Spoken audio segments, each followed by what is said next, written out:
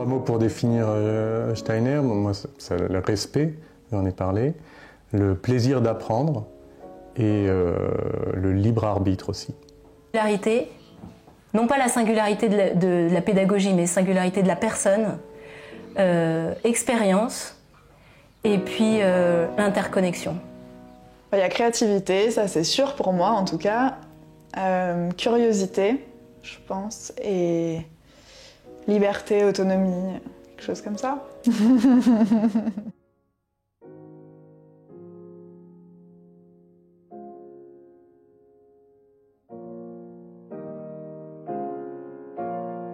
Toute mon enfance, bon, pratiquement, j'exagère un petit peu, mais toute l'enfance, j'ai entendu des professeurs dire Octave, t'as fini. Alors j'ai changé le prénom pour Octave, t'as fini. On attendait, Octave, il était un peu lent, il avait besoin d'analyser pour comprendre. Et, voilà.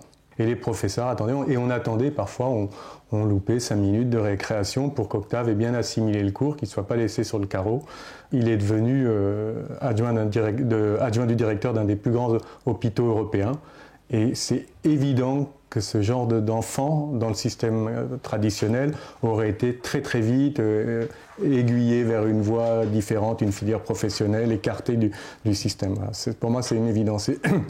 Ça, c'est vraiment la chose l'anecdote qui, pour moi, illustre parfaitement la pédagogie Steiner.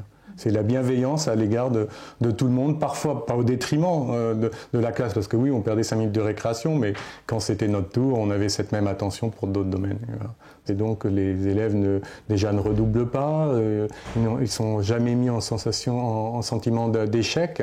Donc c'est quand même assez incroyable de faire toute une scolarité sans être dans le sentiment d'échec ou de vouloir faire mieux que le copain, être meilleur, avoir des meilleures notes. Voilà, donc c'est très très particulier, mais c'est très enrichissant et très réconfortant. Je pense que je ne serais absolument pas la même personne si je n'étais pas allé à Steiner. J'étais moi en plus enfant plutôt d'une nature un peu angoissée, et j'imagine que si j'avais été noté dès l'âge de 6 ans, 7 ans, j'aurais assez vite flippé de, attention, les mauvaises notes, et il aurait pu y avoir une spirale de l'échec, ou peut-être même une spirale de la compétition, et à mon avis, ni l'une ni l'autre n'est vraiment épanouissante.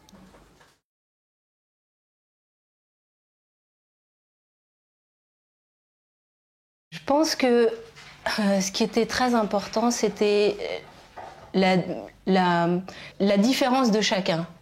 Et je parlais avec une amie qui se disait, mais dans le système actuel, les gens sont par tranche d'âge, et il faudrait qu'ils soient par tranche de niveau. Et moi, j'ai toujours cru que c'était le contraire, que justement, dans le système éducatif majoritaire, on va dire, les gens étaient principalement jugés sur leur niveau scolaire, et que chez Steiner, comme on était par âge, on était très différents au sein d'une même classe, et qu'il fallait faire avec. C'est-à-dire qu'il y a ceux qui comprennent mieux, il y a ceux qui comprennent moins bien, mais c'est pas la même chose dans toutes les matières.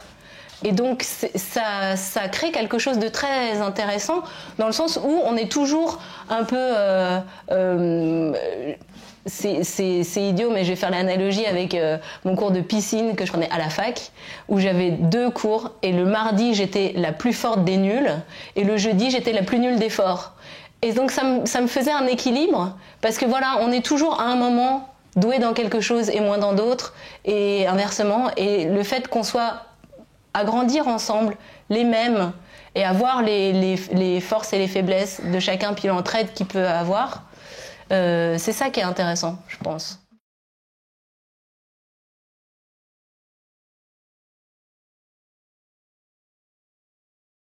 Aujourd'hui, on a besoin de plus en plus de créer nos propres métiers, de se débrouiller, d'apprendre tout seul. Le monde change tellement vite qu'il faut être très sûr de soi et très proactif, voilà. Et des pédagogies comme ça nous ouvrent plein de portes, en fait. Après, des chemins qu'on peut prendre ou pas, mais j'ai l'impression que ça nous laisse entrevoir plus de possibilités.